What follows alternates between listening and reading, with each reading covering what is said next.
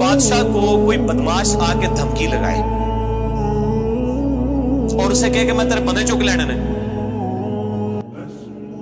تیرے بندے اٹھا لوں گا، تیرے بندے اغوا کر لوں گا سارے، تو دنیا کا بادشاہ کیا کہتا ہے؟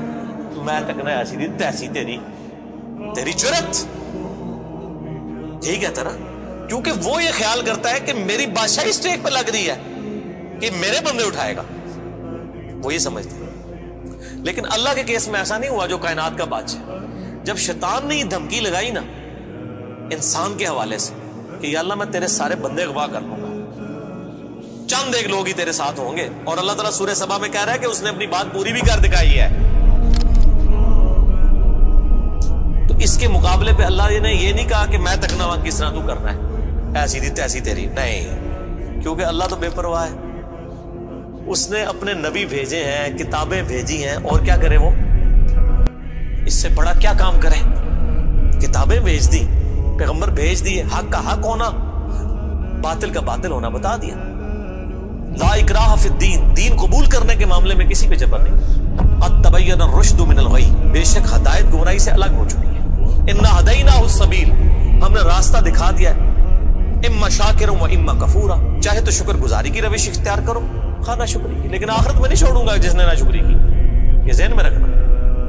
لیکن ہدایت بھی سب کو پلیٹ میں رکھ کے نہیں دوں گا، والذین جاہدوا فینا لنہدینہم سبلنا، جو لوگ کوشش کریں گے انہی کے لیے حق کے راستے کھولوں گا، جو کوشش نہیں کرے گا دریا کے کنارے بھی پیاسا مر جائے گا۔ جس طرح اکثر مسلمان مر رہے ہیں اس وقت، قرآن گھروں میں پڑھا ہوا ہے لیکن وہ پڑھا ہوا نہیں ہے، پڑھا ہی ہوا ہے، اور کدھر گورے جو ہیں وہ مرنے سے پہلے جناب قرآن ترجمے سے پڑھ رہے ہیں، ان کو ہدایت مل رہی ہے۔ یہ آپ کے سامنے ہے میرے بھائیوں، اللہ کا تو کوئی رشتہ دار نہیں ہے، جو کوشش کرے گا اس کو ہدایت ملے گی۔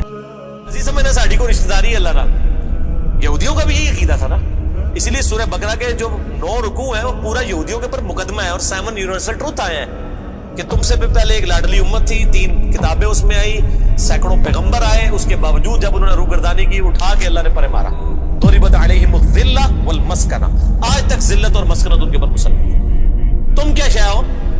لیکن ہم پھر بھی کہتے رہتے ہیں اللہ جو کچھ بھی ہے تیرے محبوب کی امت سے ہے۔ اصل میں ہم یہ کہہ رہے ہوتے ہیں یا اللہ اسی کو نہیں سیدھا ہونا، سیدھی جی گل ہے، این جی سانوں قبول کر لے، یہی ہے نا، تو اور کیا مطلب ہے اس کا؟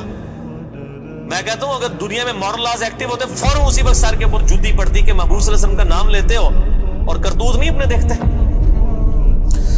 تو دنیا کے بادشاہ تو کہتے ہیں میں تکنا کے ساتھ تو چکنا ہے میرے بندے، تیری ایسی دی تیسی، لیکن اللہ تعالیٰ کیا فرما رہا ہے؟ قال فالحق، اللہ فرماتا ہے یہ ہے سچائی، والحق اقول، اور میں کہتا ہی سچی بات ہوں، یاد رکھیں لأملأن جہنم منک وممن تبعک منہم اجمعین، جو کوئی بھی پھر شیطان تیری پیروی کرے گا نا میرے بندوں میں سے، تو میں نے کسی بندے کی گارنٹی نہیں لی ہوئی، میں اس کو اور تجھے اور تیرے سارے فالوورز کو دوزخ میں ڈال دوں گا، دوزخ کو بھر دوں گا تجھ سے اور تیرے فالوور سے، یعنی میں اپنے کسی بندے کی کوئی گارنٹی نہیں لیتا، میرا کام ہے صرف حق بات پہنچانا۔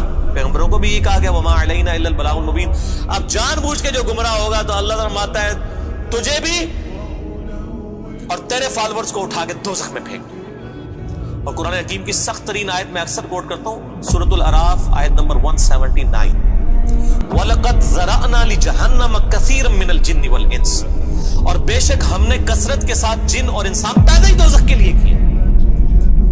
کتنے خطرناک الفاظ، لیکن اس کے آگے الفاظ ہیں، اللہ کوئی فنیٹک نہیں ہے، نعوذ باللہ۔ اللہ فرماتا ہے ہم نے ان کو دل دیے تھے، عقل دی تھی سوچتے نہیں، کان دیے تھے سنتے نہیں، آنکھیں دی تھی دیکھتے نہیں، یعنی ان انسٹرومنٹس کو یوز کر کے حق بات حاصل کرنے کی کوشش نہیں کرتے۔ اولئک کالانعام بل هم اضل، یہ چوپایوں کی مانند ہے بلکہ ان سے بھی گئے گزرے ہیں، جو لائی لگ بنے ہوئے ہیں، کان آنکھ عقل کو یوز کر کے حق بات اور باطل میں تمیز نہیں کرتے ہیں، تو یہ دوزخ کے لیے پیدا ہوئے ہیں، اور ہمیں نظر بھی آ رہا ہے اکثریت واقعی دوزخ کے لیے پیدا ہوئی بھی ہے۔ اللہم اجرنا من النار، اللہم اجرنا من النار، اللہم اجرنا من النار۔ قل ما اسألکم علیہ من اجر، اے نبی علیہ السلام فرما دیجئے میں جو اتنی باتیں کھول کھول کے بیان کر رہا ہوں اس کے عوض تم سے کوئی معاوضہ طلب نہیں کرتا۔ آج کے دور میں جب ہم نبی علیہ السلام کی دعوت پیش کریں گے تو ہم کہیں گے کہ دیکھو تمہیں کھول کھول کے صحیح باتیں بتا رہے ہیں, کوئی چندہ بک نہیں بنائی ہوئی ہے بھائی, کوئی قربانی کی کھالیں نہیں جمع کر رہے, کھول کے مفت تمہیں یہ ساری سچائی بتا رہے ہیں. وما انا من المتکلفین, اور اے نبی علیہ السلام آپ فرما دیجئے میں تکلف بھی کرنے والا نہیں ہوں. ہائے ہائے ہائے ہائے, دنیا کا پورا ڈھکوسلا جو ہے نا مذہبی اپروچ میں وہ چال ہی تکلف کے اوپر رہا ہے. کیا تکلف ہے کہ علماء جو ہیں وہ اپنی آڈینس کو کھول کے بات بتانے نہیں چاہتے, وہ تکلف کر جاتے ہیں. انہیں جی دیکھو نا ڈائریکٹ نہیں گل کرنی چاہیے, اور نبی علیہ السلام کو کہا جا رہا ہے کہ آپ فرمائے کہ میں ہی ڈائریکٹ گل کرنے والا جائے پاویں کسی کو بری لگے. وما انا من المتکلفین, میں کوئی تکلف نہیں کرنے والا, کنو کڈ لو گل, اے کچھ ہونا جے تواڈے نال. یہ اتنے سخت الفاظ ہیں کہ میں کوئی تکلف نہیں کر رہا. کیا مطلب کہ اللہ نے کسی کی کوئی گارنٹی نہیں لئی. اللہ تعالیٰ فرما رہا ہے کہ شیطان میرے جن بندوں کو اغوا کرے گا, میں نے کوئی گارنٹی نہیں لی ہوئی, میں انہوں نے بھی چھوڑ دیا گا دوزخی.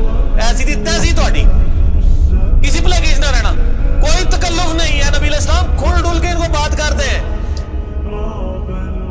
اب جو قرآن پڑھے گا تو اس کو یہ میٹھی میٹھی تقریریں جو لوگوں کی جعلی ہیں, اوروں کی کہانیاں, بزرگوں کی کہانیاں, جانوروں کی کہانیاں, ٹھیک ہے جی, تو ایک کہانیاں انہوں نے پھر انہوں پتہ لگے قرآن پڑھو اللہ دے بندے کو پتہ لگے.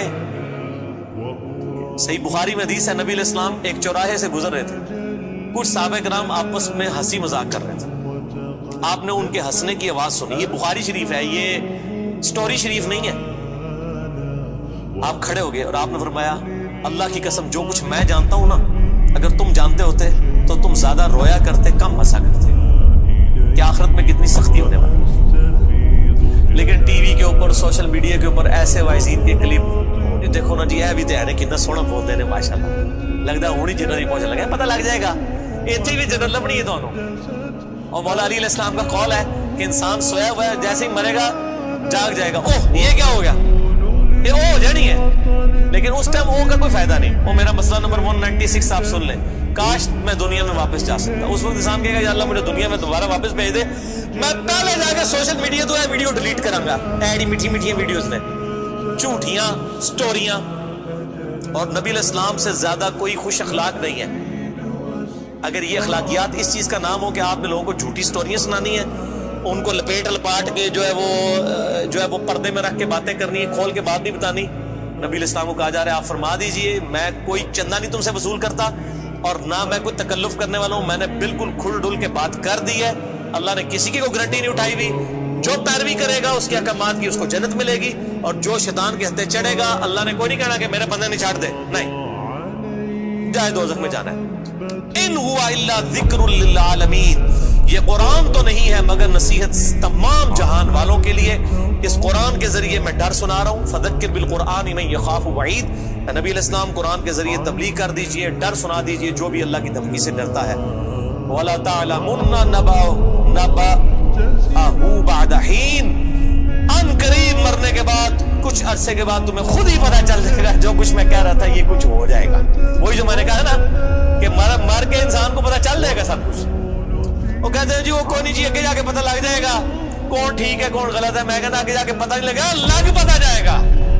پتہ لگ رہا ہے تو پھر تو چلو ٹھیک ہے, لگ پتہ جائے گا. اور یہاں پہ بھی یہی کہا جا رہا ہے کہ آگے جا کے لگ پتہ جائے گا. یہ پنجابی میں یہی ترجمہ ہو رہا ہے اس کا, آگے جا کے لگ پتہ جائے گا کہ میں یہ کھل ڈل کی بات کر رہا ہوں, یہ بات اسی طریقے سے ہے. وَلَا تَعْلَمُنَّ, اور ان قریب ضرور تم جان لوگے, نَبَأَهُ بَعْدَ حِينٍ, یہ جو خبریں میں تمہیں بیان کر رہا ہوں ان قریب کہ یہ پوری ہو جائیں گی. لیکن اس کے وقت کچھ بھی نہیں ہونا. انسان نے چیخنا ہے اللہ مجھے دنیا میں دوبارہ بھیج دے, میں نیک اعمال کروں گا, یہ کروں گا وہ کروں گا. مسئلہ 196 میرا ضرور دیکھیں.